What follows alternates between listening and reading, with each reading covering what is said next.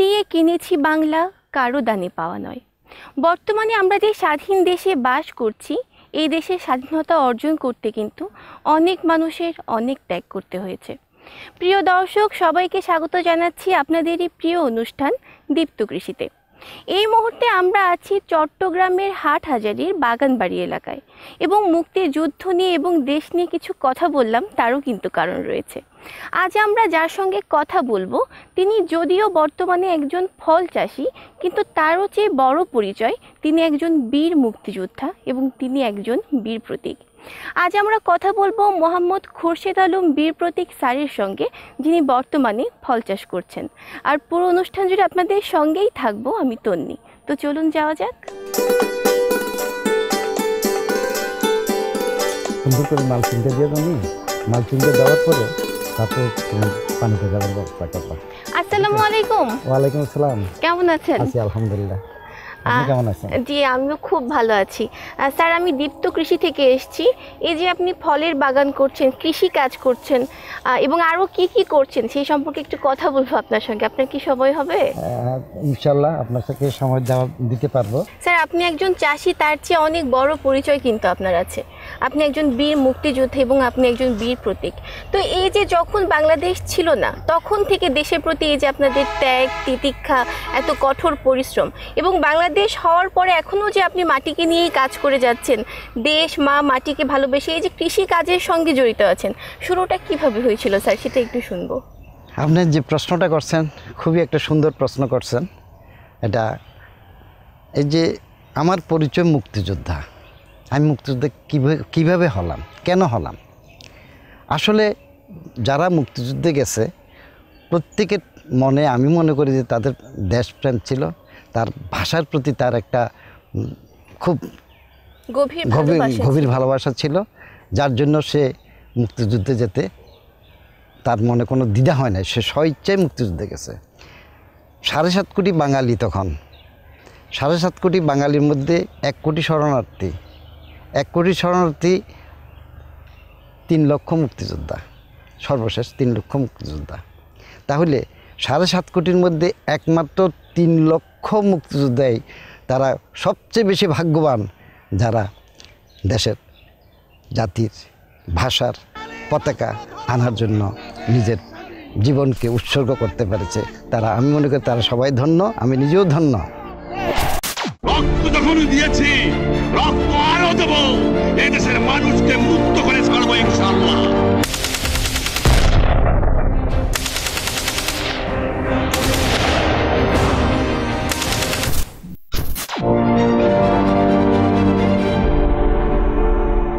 3 লক্ষ মুক্তিযোদ্ধার মধ্যে খেতাবপ্রাপ্ত মুক্তিযোদ্ধা আছে 476 জন। 476 জনের মধ্যে আমি একজন। আমি সুপার ভাই। 476 জনের একজনকে যে আমরা দীপ্ত কৃষিতে পেয়েছি, আমাদের দীপ্ত কৃষি কিন্তু ধন্য স্যার। থ্যাংক ইউ, ধন্যবাদ দীপ্ত কৃষিকে এই অনুষ্ঠানটা, আমার পরিচয়টা নেওয়ার জন্য। দেশটা স্বাধীন করার পরে এরপরও তো মুক্তিযোদ্ধাদের অনেক কাজ রয়ে গেছে, যে কাজগুলা এখন আমরা করতে পারি নাই। কারণ আমাদের সামাজিকতা, সরকারের বাধ্যবাধকতা সব কিছু মিলিয়ে কিন্তু আমরা আমাদের কাজটা আমরা করতে পারি নাই। সবসময় আমার মনটা বলতো, দেশকে কিছু দাও, জাতিকে কিছু দাও, ক্ষুদ্র হলেও দাও। এই জিনিসটা আমার মনের মধ্যে সবসময় কাজ করতো। তো এইখানে আমার এখানে যে বাগানটা আমি করছি, এটা আমার পৈতৃক সম্পত্তি, আমার বাবার কিনা। বাবা মারা গেছেন, তো সেই হিসাবে আমরা ভাইয়েরা পাইছি। তা আমি আগে এখানে ধান হতো, ধান করতাম। পরে যখন এখানে ব্রিকফিল্ড হয়ে গেল, ব্রিকফিল্ডকে ভাড়া দেওয়ার পরে আর ধান হলো না। এরপরে আমি কিন্তু প্রায় সময় আসতাম, চিন্তা করলাম কি করা যায়। তখন আমি করলাম পোলট্রি ফার্ম, যেই পোলট্রিটা থেকে অন্তত মানুষের পুষ্টির চাহিদাটা মিটবে, সামান্যত হলেও তো আমার তরফ থেকে সাপোর্টটা পাবে, এই মনে করে আমি পোলট্রিটা করলাম। পোলট্রিটা করতে করতে যখন একটু বয়সও ভারী হলো, দেখি যে শরীরে কভার করে না, আর মানুষজন যেগুলো রাখি দিয়ে চলে গেলে হয় না অনেক সময়। কারণ পোলট্রি এমন একটা সেন্সিটিভ যে তার প্রপার টাইমে তার মেডিসিন এবং খানাটা যদি সে না পায় তাহলে সেটা মানে ফ্লপ করবে। আচ্ছা আচ্ছা। আর যদি ফ্লপ না করে ভালো ব্যবসা। এই যে ফলের বাগান, ফলের চাষ শুরু করলেন কবে থেকে? আসলে আমি মালটা এবং পেয়ারাতে আসি 16 সনের। তাহলে এইখানে বাগানটা করেছেন 2016 সালে। আর না। কতটুকু জায়গার উপরে না, করা এই আছে? বাগানটা কিন্তু 2016 সালে নয়, এই বাগানটার বয়স এখন 7 মাস, অনলি 7 মাস। আচ্ছা আচ্ছা। 18 জুলাইতে আমি এই বাগানটা করি। এটা ছিল একটা গামারি বাগান। এই যে গামারি গাছ দেখতেছেন, এই গামারি গাছগুলো ভালো হয় নাই, এই যে গোড়া কাটিয়ে ফেলছি। এই গামারি গাছগুলো কাইটা ফেলে দিয়ে আমি এখানে একটা ফলজ বাগান করছি। এই যে আপনার কৃষিতেও কিন্তু আপনার দেশপ্রেম। না, কৃষিতে যারা আছে তাদেরও দেশপ্রেম আছে, দেশপ্রেম না থাকলে কৃষি হবে না। তো এই বাগানটা কতটুকু জায়গার উপর করা আছে? এই বাগানটা করা আছে প্রায় 2 বিঘা বা একটু বেশি। এখন কি গাছে ফল আছে? এখন তো অফ সিজন, কারণ প্রত্যেকটা জিনিসের একটা সিজন থাকে। সিজনটা শেষ হয়ে গেলে ওটা আর এরপরে এটা আবার নতুনভাবে কুশি মালে নতুনভাবে ফ্লাওয়ারিং হয়, নতুনভাবে হয়। আমার এখানে কিন্তু একটা সিজন শেষ হয়ে গেছে, লাস্ট সিজনে এখন অল্প কিছু আছে। তবে পরবর্তী সিজনের জন্য যেমন এই যে আসতেছে, ফুল আসতেছে, এই যে দেখেন মানে এখন ফুল বাগানে গেলে আসতেছে, তো দেখা যাবে ওইখানে ফুল যে আছে। ছোট ছোট ফল আসছে গাছে। হ্যাঁ, কারণ এই যে স্যার, আমি আপনার বাগানে একটু ঘুরে দেখতে যাচ্ছিলাম। থাই পেয়ারাটা হলো 12 মাস আপনি ফল পাবেন। আচ্ছা। এটা সিজনটা একটা শেষ হলো আরেকটা শুরু হলো, একটা শেষ হলো আরেকটা শুরু হলো, যার জন্য থাই পেয়ারাটা বিশেষ করে চাষির জন্য আমি মনে করি যে খুবই ভালো। সেটা 12 মাস ফল পাওয়া যায়। আর আসেন তাইলে বাগানটা একটু দেখাই আপনাকে। আসেন আসেন।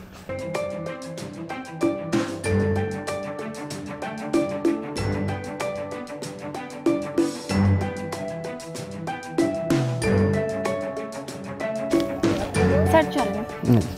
এই বাগানটা তো একদমই নতুন। আপনি হ্যাঁ, আগে এই বাগানটা একদম নতুন। এটার বয়স হলো মাত্র 7 মাস। 7 মাস। 7 মাস। এখানে দেখা যাচ্ছে মালটাও আছে, আবার পেয়ারাও আছে। তো মূলত আগে কি নিয়ে গাছ শুরু করেছেন, আর সাথী ফসল কোনটা? মূলত এই বাগানটাকে আমি মালটা বাগান হিসেবে তৈরি করব।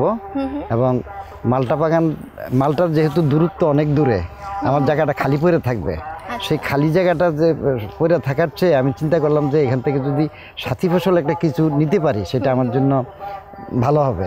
তখন চিন্তা করলাম যে কোনটা ভালো হবে। চিন্তায় আসলো যে পেয়ারাটা হলো যে একটু অর্থকারী ফসল, পেয়ারাটার পুষ্টি উপাদানও বেশি, মাল্টিভিটামিনের কাজ করে, তাই আমি পেয়ারাটাই বেছে নিলাম। আর মালটা নেওয়ার কারণটা কি ছিল? মালটাটাও তো ভিটামিন সি এবং পুষ্টি, মালটাটা তো কমলার চেয়ে আরও বেশি ভালো, যেটা ওষুধি গুণ বেশি মালটাটাতে। আচ্ছা। আর মালটা যেহেতু আমাদের দেশে চাষ নাই, নতুনভাবে বাংলাদেশে মালটার চাষ শুরু হয়েছে। বাংলাদেশ কৃষি গবেষণা এবং কৃষি সম্প্রসারণ এখানে অধিদপ্তর যে মালটাগুলো আছে এগুলো কোন জাতের? বিয়ার ওয়ান মানে বাড়ি মালটা এক।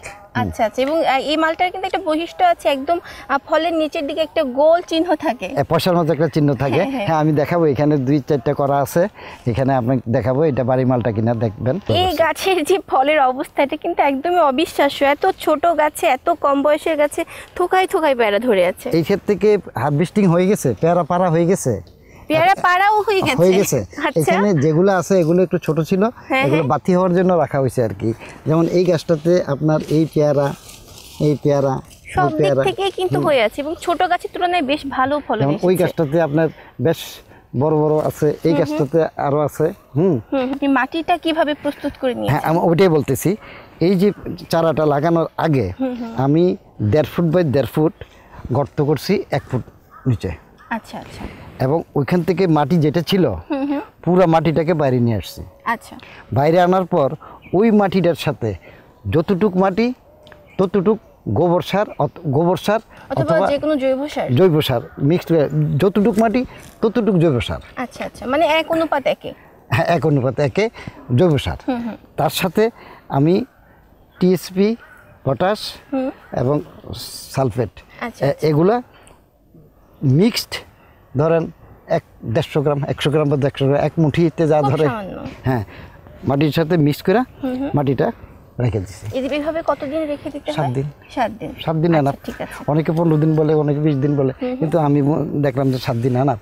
আচ্ছা। তারপরে আমি চারাটা রোপণ করে দিছি।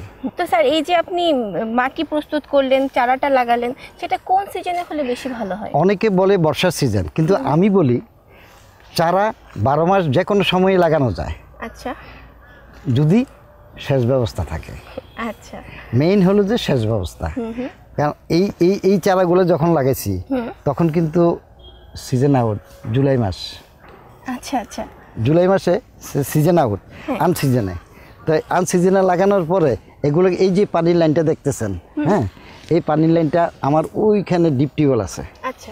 ডিপ টিউবওয়েলের উপরে ট্যাঙ্কি আছে, ট্যাঙ্কির থেকে আমি প্রত্যেকটা বাগানে লাইন রাখছি যেন পানিটা আমি সুন্দরভাবে দিতে পারি, কারণ পানি না হলে হবে না।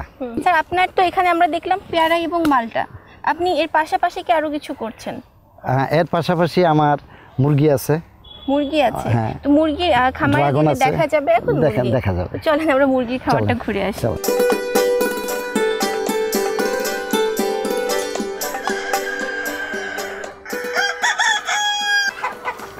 এখানে সব সোনালী মুরগি? এখানে সব সোনালী মুরগি প্যারেন্টস। প্যারেন্টস, আচ্ছা। এরকম সেট কতগুলো আছে? এইখানে আমার শেড আছে টোটাল 8টা শেড। 8টা। আর এখানে আছে কতগুলো মুরগি? 8টা শেডের মধ্যে এই সোনালী পালতে হয় একটু পাতলা, আচ্ছা ব্রয়লার পালতে হয় ঘন। শেডগুলো করছিলাম প্রথমে ব্রয়লার হিসাবে। আচ্ছা আচ্ছা। ব্রয়লার হিসাবে করার পরে 22,000 ব্রয়লার 8-এর মতো এরকম শেড করছিলাম। এইটা পানি ড্রিঙ্কার, এটা অটো পানি। আচ্ছা, এখানে যে ড্রিঙ্কার গুলো আছে সেগুলো সব অটো করা? অটো।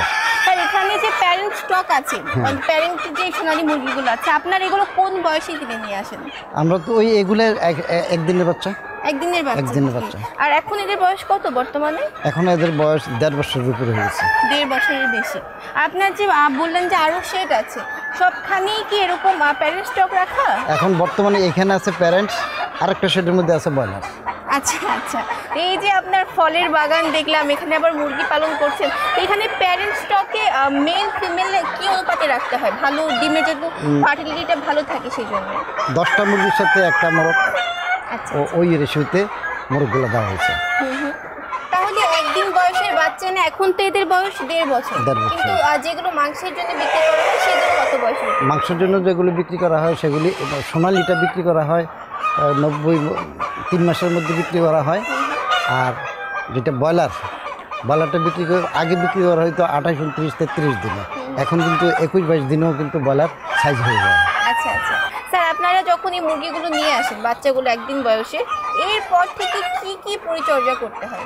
মুরগির পরিচর্যাটা কিন্তু খুব টাফ ব্যাপার, কারণ যে বাচ্চাটা ডিমের থেকে মা যখন বাচ্চাটা ফুটায় তার একটা সার্টেন টেম্পারেচার সে মেনটেন করে। তখন আমরা ছোট্ট পরিসরে বুডার দিয়া টেম্পারেচারটা লাইট দিয়ে টেম্পারেচারটাকে মেনটেন করি। আচ্ছা, ব্রুডারে কতদিন রাখতে হয়? বুডারে সাধারণত 6-7 দিন। 7 দিনের পরে তাকে তারপর লাইটিং থাকবে, জায়গা আস্তে আস্তে বাড়াই দিতে হবে। আচ্ছা। হ্যাঁ, ম্যাক্সিমাম ক্ষেত্রে 14 দিন পরে আর লাইট লাগে না। 14 দিন হয়ে যায়? 14 দিন পরে আর লাইট লাগে না। এর আগে তো তাকে টেম্পারেচার দিতে হয়েছে।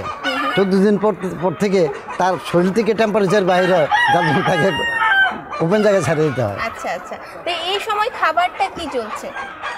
খাবার তো তাদের জন্য এখন তো রেডি খাবার। বাচ্চাদের জন্য ছোট খাবার আছে, ওটা দেওয়া হয়। যখন বড় হবে তাকে দানাদার খাদ্য বড়টা দেওয়া হয়। স্টার্টার দিয়ে শুরু করছি, তারপরে গ্রোয়ার, তারপরে ফিনিশার। আচ্ছা, তো এখন কি খাবার চলছে এই যে প্যারেন্ট স্টকে? বুটটাকে ক্রাশ করে, আচ্ছা আচ্ছা, এটাকে মিক্সার মেশিনে মিক্সার করে আনা হয়। দিনে কতবার খাবার দিতে হচ্ছে? দিনে 2 বার, লেয়ারের জন্য 2 বার। সারাদিনে তাকে 110 গ্রাম খানা দেওয়া হবে। আর পানি সে যা খেতে পারে। বেশি খানা খেলে আর চর্বি হয়ে যাবে, ডিম বাড়াতে ব্যাহত হবে। আচ্ছা আচ্ছা। আর ব্রয়লারের বেলায় তাকে খানা যত বেশি খাওয়াইতে পারি সে ততই ওয়েট দিবে, গ্রোথটা তত ভালো আসবে, ওজনটা বৃদ্ধি পাবে, আমরা দামটা ভালো পাবো। আমাদের দেশে কিন্তু এখন বেকার সমস্যা অনেক বড় একটা সমস্যা। দেখা যাচ্ছে অনেক শিক্ষিত, অর্ধশিক্ষিত বা যারা লেখাপড়া জানে না, অনেকেই কিন্তু এই বেকার সমস্যার শিকার, এবং সেই জন্য কিন্তু আমরাও কিন্তু পিছিয়ে পড়ছি, সমগ্র জাতিই কিন্তু পিছিয়ে পড়ছে, সেভাবে অর্থনীতি এগিয়ে যাচ্ছে না। তো তাদের উদ্দেশ্যে আপনি কিছু বলতে চান যে আপনাকে দেখি তারা যেন কিছু শিখতে পারে, তারাও যেন সামনের দিকে এগিয়ে আসতে পারে? সবচেয়ে বড় কথা হলো যে কি, আমাদের শিক্ষিত সমাজ অনেক বেকার হয়ে আছে, কিন্তু তারা কোনো কিছু করার বা পরিকল্পনা করার যে ইয়েটা খুঁজে পায় না, কি করবে। কোথায় যাবে, আচ্ছা। কোন কাজটা করবে। তার সাথে সাথে অর্থনৈতিক সমস্যাটা আছে। যদি আমাদের সরকার এই বেকারদের জন্য সামান্য পৃষ্ঠপোষকতা করে তাদেরকে কৃষির দিকে না, তাদেরকে যদি কৃষির দিকে দিতে পারে, তাহলে আমি মনে করি যে এটা বেটার। কারণ কৃষি হলো যে সমৃদ্ধি, যে কোনো সমৃদ্ধ জাতি আছে তাদের বেসটা হলো যে কৃষিতে। এই বেকারদেরকে যদি আমরা কৃষিতে ইনভলভ করতে পারি, আমাদের কৃষির বিপ্লব ঘটবে। এবং বিপ্লব ঘটা মানেই প্রত্যেক বেকারত্ব দূর হওয়া, মানুষের অর্থনৈতিক সচ্ছলতা আসা, জীবনযাত্রার মান বেড়ে যাওয়া। সত্যিই কিন্তু তাই। স্যার, অনেক ভালো লাগলো আপনার সঙ্গে কথা বলে। এই যে আজকে দীপ্ত কৃষির পুরোটা সময় ধরে আমরা দেখলাম আপনি কৃষিতে কী করছেন, এবং আপনি যুদ্ধের অনেক গল্প বললেন আমাদের সঙ্গে, এবং এরও মধ্যে আপনি আরও কী করতে চাচ্ছেন, দেশের প্রতি আরও কী দিতে চাচ্ছেন, সব শুনে সত্যিই স্যার খুব ভালো লাগলো। এবং আমি ব্যক্তিগতভাবে নিজেকে খুবই সৌভাগ্যবতী মনে করছি। আমাদের দীপ্ত কৃষিতে যারা আছেন এবং যারা দর্শক আছেন তাদেরও নিশ্চয়ই অনেক ভালো লাগবে। স্যার, আপনি খুব ভালো থাকবেন, অনেক শুভকামনা থাকলো আপনার। আপনাকেও ধন্যবাদ, দর্শকদেরকে ধন্যবাদ জানিয়ে আমি বিদায় নিচ্ছি। কারণ আমার এই ক্ষুদ্র কথাগুলো যদি আমাদের দেশের বেকার যুবকেরা বুঝতে পারে, তাহলে তারাও কৃষিতে এগিয়ে আসবে এবং তাদের বেকারত্ব দূর হবে, আর এই দেশের সমৃদ্ধির দিকে এগিয়ে যাবে। এই বলে আপনাকে ধন্যবাদ জানাচ্ছি। স্যার, আপনাকে ধন্যবাদ। আসছি। কৃষি বিষয়ে যে কোনো তথ্য জানতে ও জানাতে লিখতে পারেন এই ঠিকানায়। দীপ্ত কৃষি, প্লট 7/A/গ, তেজগাঁও শিল্প এলাকা, ঢাকা 1208।